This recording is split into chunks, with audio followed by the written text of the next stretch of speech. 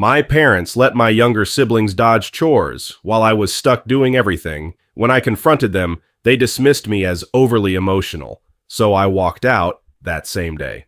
I've been going back and forth on whether to share this or not, but I think it's the only way I can fully process everything that happened.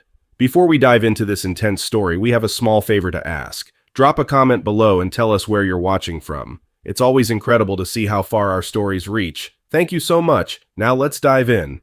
My name is Adam, I'm 20 years old, and ever since I graduated high school, I've been living at home with my parents and my two younger siblings, Nathan, 17, and Riley, 14. From as far back as I can remember, my parents have always been incredibly strict with me, laying out chores, curfews, and endless expectations for what I should do with my life.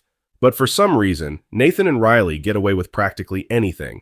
They don't do chores, they don't get in trouble. It's almost as though my parents decided that I'm the only one who needs to learn responsibility, and my siblings should just float through life.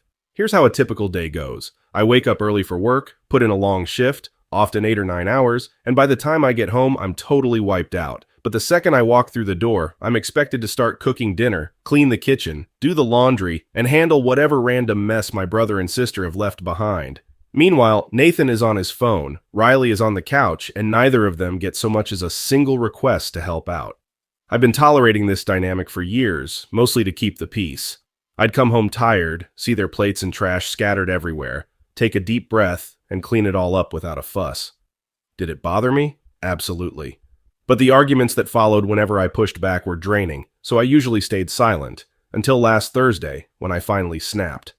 That day, I had just finished a brutal 9-hour shift. My feet hurt, I was starving, and all I wanted was to lie down for 5 minutes. I opened the front door, and immediately the smell of leftover takeout hit me. Sure enough, there was Nathan's dirty plate sitting right on the coffee table, half a slice of pizza still clinging to it, crumbs all around. I felt my blood pressure spike, but I tried to ignore it. I just wanted to drop my bag and breathe. Then I heard my mom's voice from the kitchen. "Adam, come in here and clean up the table. Nathan left his plate again." I was too tired to pretend everything was fine. I walked into the kitchen, still in my work clothes, still feeling the weight of my shift on my shoulders. "Mom," I said, my voice already shaking with frustration, "I've been working all day. I'm exhausted. Nathan can clean his own plate for once." She looked at me like I was speaking another language. "Adam, you're the oldest," she replied in that dismissive tone I'd heard a million times. "You should set an example. Just clean it up. You're acting like it's a huge deal."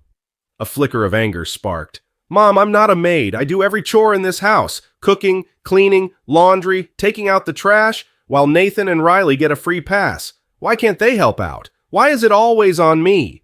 She gave me that familiar, annoyed look. "You're overreacting. We don't have time for this. Just do it." And that was it. The moment the tension I'd been swallowing for years finally broke.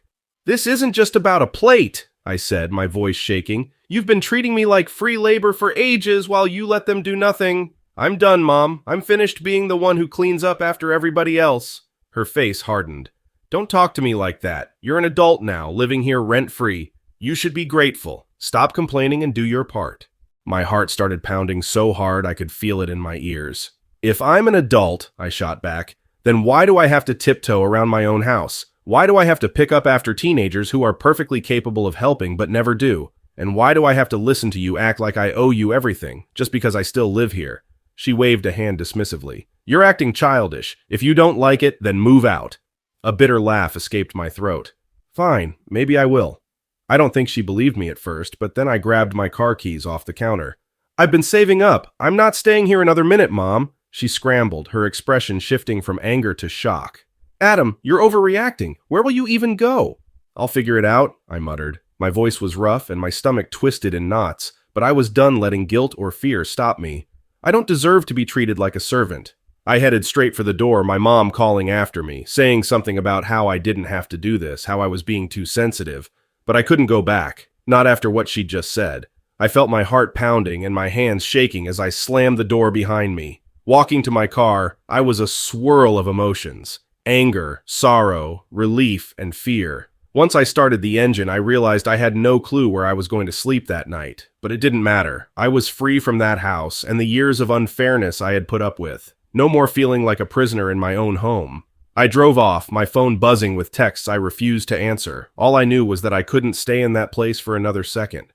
Even if the future was murky, it was still better than living like I had been. That was the night everything changed. I remember sitting in my car that night, pulling into an empty parking lot near a coffee shop, my mind racing a mile a minute. It felt surreal. I'd actually left. I wasn't sure if I was more terrified or relieved, but something in my gut told me I'd done the right thing. I just breathed for a moment, letting the hum of the car engine and the cool night air steady me. My phone was buzzing. Texts from my mom, a missed call from my dad, even a message from my siblings, though I was too drained to read any of it. I had to focus on what came next. I scrolled through online listings for apartments and rooms for rent, my heart pounding every time I saw the prices. My savings weren't huge, but I'd been putting away a portion of my paycheck for over a year, hoping one day I'd get out of that house. I never expected it would happen so suddenly, but at least I wasn't starting from zero. After a few calls and texts to different landlords, I managed to schedule a last-minute viewing for a small one-bedroom that was a bit pricier than I'd hoped. Still, it was something concrete, 4 walls that could belong to me if only I could make it work. By the next day, I was signing a lease. It was so fast it made my head spin. One minute I was practically homeless, sleeping in my car for a night and grabbing coffee in the morning to stay awake. The next I had a set of keys to my very own apartment. It wasn't fancy. Far from it. The paint on the walls was chipped, the carpet had a few questionable stains, and the bathroom window stuck if you tried to open it more than a few inches. But it was mine. My safe space. No one to boss me around, no piles of dirty dishes I hadn't made, no demands to clean up someone else's trash. For the first couple of nights, I barely had any furniture. I lugged in my mattress, a couple of plastic bins for clothes, and a single lamp. As soon as I plugged in that lamp and saw the place light up, I felt a wave of relief. A weird mixture of fear and excitement pulsed through me. I was truly on my own. If I wanted to leave the trash in the bin overnight, I could, and no one would say a thing. Those first few days felt like a vacation I'd never had. I'd wake up, go to work, then come home to my little apartment, no one nagging me about laundry, no one telling me what I should or shouldn't do. If I wanted to crash on my mattress in my uniform, I could. If I felt like ordering takeout and leaving the container on the counter, so be it. I realized how toxic things had been at home when I noticed how light I felt. I wasn't walking on eggshells. I didn't have this constant underlying stress about what I'd be forced to do next. There was quiet. Honest to God quiet. But it didn't take long for the calls to start. It began as one voicemail from my mom. Adam, we need you at home. The house is a mess. Your dad's upset, and Nathan and Riley aren't doing anything to help. Please come back. We really need you. I'll admit, part of me almost laughed. Did they think I'd come rushing back just to wash dishes and mop floors? Then more messages trickled in. Some from my dad, some from Nathan, even Riley chimed in. They weren't concerned about me or my well-being. They were worried about the laundry piling up in the dirty kitchen. Nathan's text read, Adam, Mom says you need to come home and help. The house is a disaster. Do you even care about us anymore? That one stung, because it hinted I was a bad person for leaving. I mean, of course I care about my family, but caring about them shouldn't mean sacrificing my sanity to do all their chores. Riley wasn't much better. We haven't seen you in ages. We miss you. Also, can you come do laundry soon? I don't know where anything goes. If it wasn't so frustrating, it would have been funny. They'd never bothered learning to do laundry because, in their minds, I would always be there. Seeing it spelled out so casually made me realize how deeply ingrained this dynamic was, and how desperate they were for me to return to the old routine. I debated replying, maybe just to say I was okay, or that they'd have to manage on their own. But a bigger part of me felt angry. For years, I'd been the unofficial caretaker, and now they still saw me as nothing but the person who cleans up after them. Couldn't they at least ask if I was all right, if I needed anything? I tried ignoring them, but the messages kept coming, each one more frantic than the last. Finally, one night after a long shift, I picked up when Mom called, ready to lay down boundaries. Her voice jumped from relief to accusation in seconds. Adam, finally, why haven't you been answering? We're in dire straits here. Nathan and Riley won't do any chores. Your dad's at his wit's end. You need to come home. I took a breath. Mom, I'm not coming back. I can't do it anymore. She let out a long, exasperated sigh. Adam, stop being selfish. We need you. The house is falling apart. Selfish. There it was. The word that always got to me because I'd lived my whole life trying to prove I wasn't selfish by doing everything for them. This time, though, I held my ground.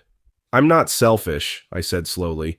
You need to teach Nathan and Riley to help. I've done more than my share of the work for years. I'm done.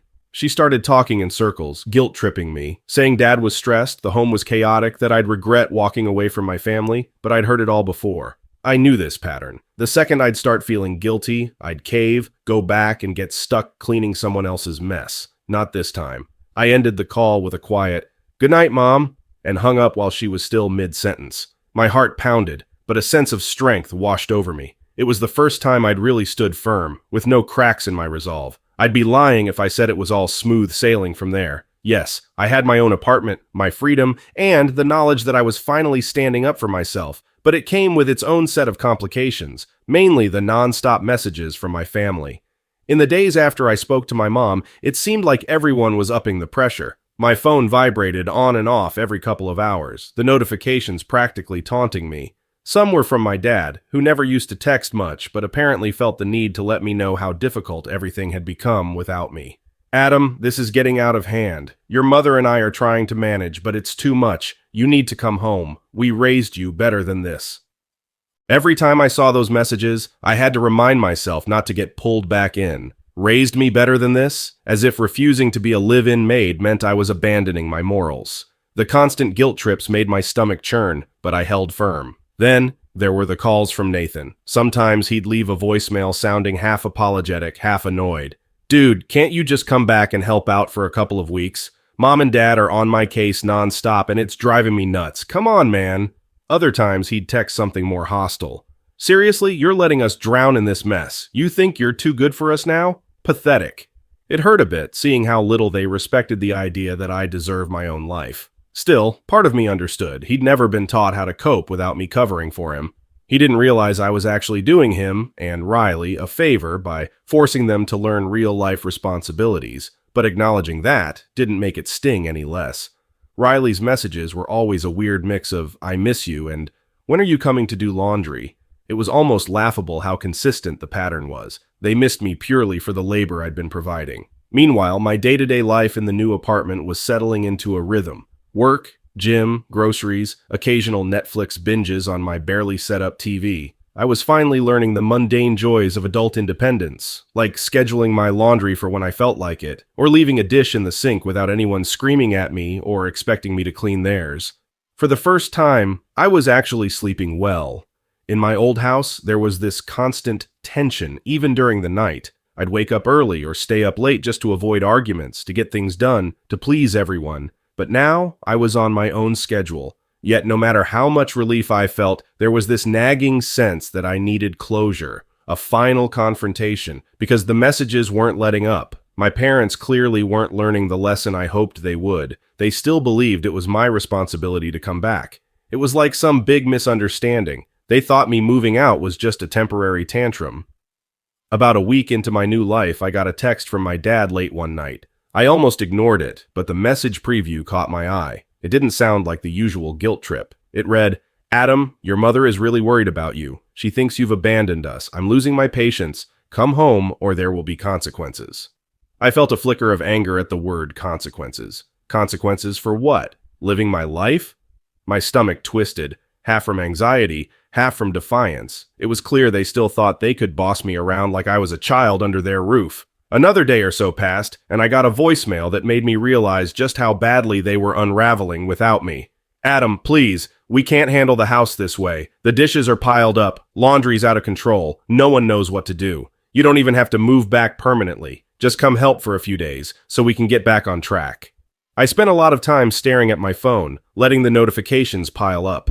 A year ago, maybe even a month ago, I would have felt guilty enough to go back.